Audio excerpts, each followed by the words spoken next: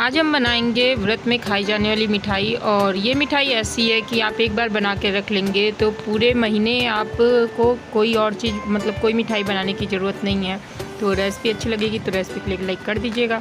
तो यहाँ पर हमने 1 कप मूंगफली ले लिया और उसे अच्छे से रोस्ट कर लेते हैं। लो मीडियम गैस पर हम इसे अच्छे से बराबर चलाते हुए भून लेंगे और भून कर हम इस मूंगफली को इसका कच्चापन दूर कर देंगे, जिससे कि मिठाई का हमारा टेस्ट बहुत ही लाजवाब आएगा।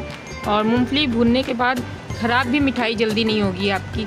इस तरह से मूंगफली हमारी भून चुकी है और मूंगफली को निकाल कर हम एक बर्तन पे रख दिए ठंडा होने के लिए। और उसी कढ़ाई में हमने फिर डाल दिया थोड़े से बादाम और थोड़े से काजू। इन दोनों चीज़ों को भी हम अच्छे से रोस्ट कर लेते हैं लो मीडियम गैस पर। हम सारी चीज़ों को रोस्ट करके इसलिए यूज़ कर रहे हैं जिससे कि हमारी जो मिठाई बनेगी वो बहुत ही टेस्टी बनेगी और वो जल्दी ख़राब नहीं होगी। आप इसे महीनों रख के बिना फ्रिज के खा सकते हैं। तो इस तरह से बराबर रोस्ट कर लेंगे हम काजू बादाम को। तो उसे भी उसी थाली में हम निकाल लिए और यहाँ पर ले लिए 2 कप मखाने बहुत ही अच्छे होते हैं हमारी हेल्थ के लिए। ये बहुत ही प्रोटीन से भरे होते हैं। तो इन मखानों को भी हम अच्छे से भून लेंगे लो मीडियम गैस पर।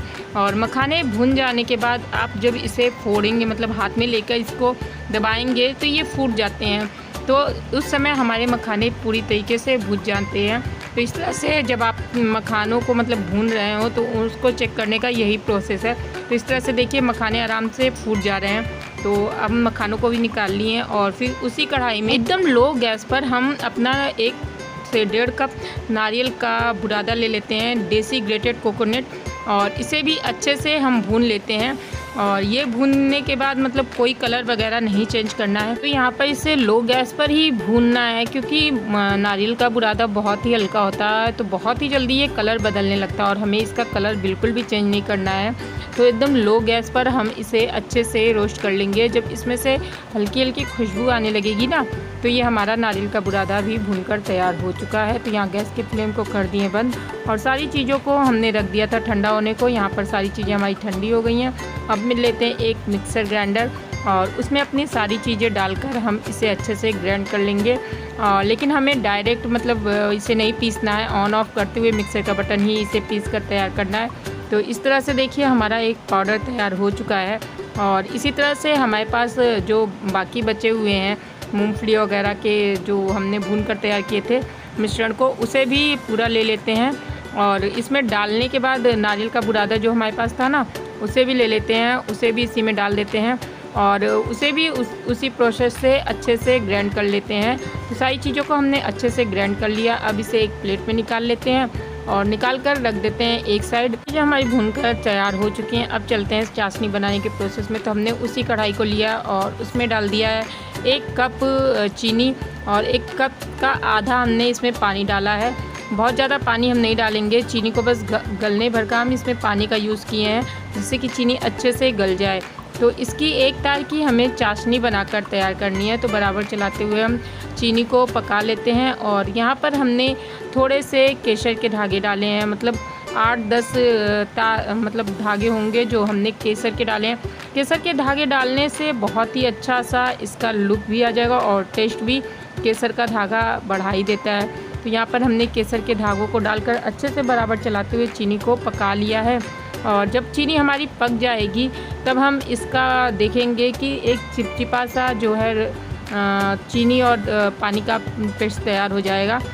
हम इसे इस तरह से चेक करेंगे। आप देख रहे होंगे कि एक तार बन जा रहा है। तो बस यहीं पर अब हमने गैस की फ्लेम को एकदम लो कर देना है।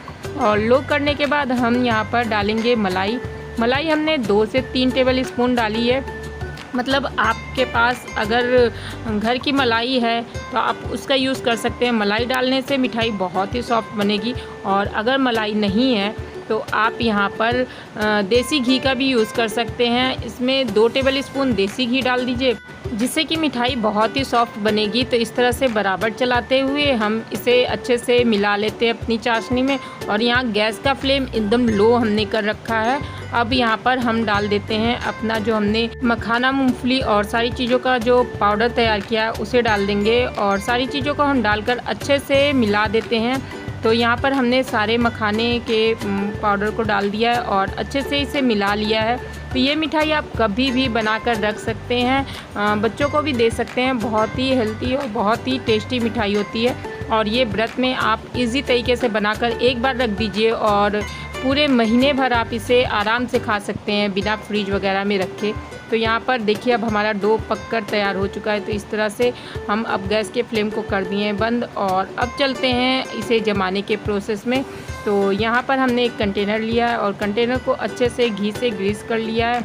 घी से ग्रीस करने के बाद हम इसमें एक बटर पेपर लगा देंगे। बटर पेपर लगाना ज़रूरी इसलिए है कि आपकी मिठाई बहुत ही आराम से निकल जाएगी। अगर आप बटर पेपर नहीं लगाना चाहते हैं तो भी आप इसे थाली वगैरह में भी जमाएंगे ना तो बहुत ही अच्छे से कटने के बाद निकल जाती है।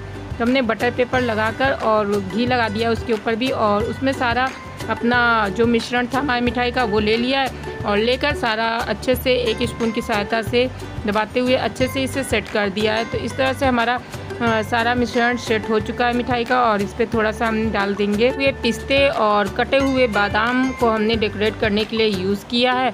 आप जो भी चाहें वो ड्राई फ्रूट इस पर सजा सकते हैं या फिर सिल्वर वर्क से भी सजा सकते हैं। सिल्वर वर्क से सजाएंगे तो एकदम मार्केट जैसा लुक ही आएगा इस मिठाई में, लेकिन हम ये व्रत में खाने के लिए यूज़ कर रहे थे तो हमने सिल्वर वर्क ना लगाकर ड्राई फ्रूट ही लगाया है क्योंकि हमें थोड़ा हेल्थी और मतलब अच्छी चीज़ें मिलेंगी खाने को। तो यहाँ पर हमने लगा दिया है और इसको लगाने के बाद अब इसे रख देंगे ठंडा होने के लिए।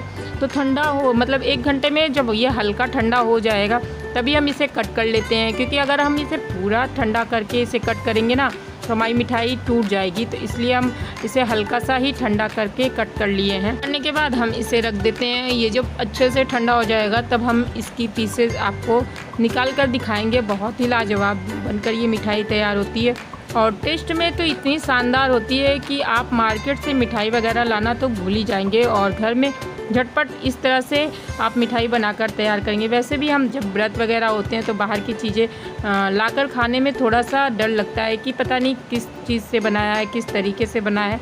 तो हम शुद्ध अपने घर में रखी हुई चीज़ों से ही इस तरह से ईज़िली तरीके से हम ये मिठाई बनाकर तैयार कर सकते हैं। हमने इसमें ऐसा कुछ भी नहीं यूज़ किया है जो हमारे घर में अवेलेबल नहीं होता है। तो इस तरह से देखिए अब हम अपनी मिठाई को फिर से एक बार कट कर लेते हैं जो हमने निशान लगाए थे उस पर। और ये हमारी मिठाई एकदम ठंडी हो गई है और यहाँ पर बहुत ही इजी तरीके से ये कट कर तैयार हो गई है। तो अब हम आपको इसकी पीसेस निकाल कर दिखाते हैं कितनी लाजवाब ये बनकर मिठाई हमारी तैयार हुई है। और रेसिपी आप लोगों को अच्छी लगी हो अभी तक की तो रेसिपी क्लिक लाइक कर दीजिएगा। चैनल पे नए होंगे तो चैनल को सब्सक्राइब करके बेल आइकन जरूर से दबा दीजिएगा और हमें कमेंट में बताइएगा कि आपको कौन सी मिठाई सबसे ज़्यादा पसंद है। तो यहाँ पर हमने मिठाई को अपने सर्व कर दिया है। देखिए कितना अच्छा इसका लुक आया है और जब हम इसे बनाकर तैयार करेंगे बहुत ही सॉफ्ट मिठाई बनेगी। तो आप भी बनाइए, खाइए, खिलाइए और अपने अनुभव हमारे साथ जरूर से शेयर करिएगा।